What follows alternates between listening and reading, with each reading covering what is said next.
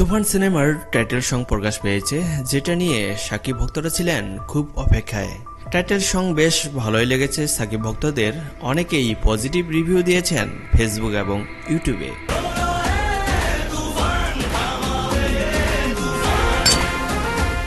সিনেমায় সম্ভবত সাকিব খান একজন বিজনেসম্যান, যে গ্যাংস্টার রূপে তার বিজনেস দেখাশোনা করে।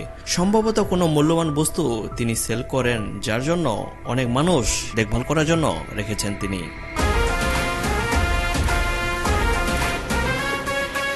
সবথেকে মজার বিষয়, এই প্রোডাক্টগুলো এক ধরনের বক্সে রেখেছেন তিনি, যেখানে সিংহের মুখের ছাপের মতো বক্সে চিহ্নের ছাপ রয়েছে।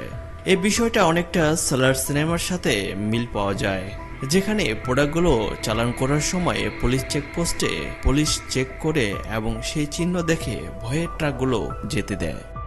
এই প্রোডাক্টগুলো কিসের সেটা দেখানো হয়নি, তবে এই দৃশ্যটা সালার সিনেমার মতোই। তুফানে সাকিব চঞ্চল ছাড়াও মিসেস সওদাগর, ফজলুর রহমান বাবু সহ অনেককেই দেখতে পাওয়া যায়।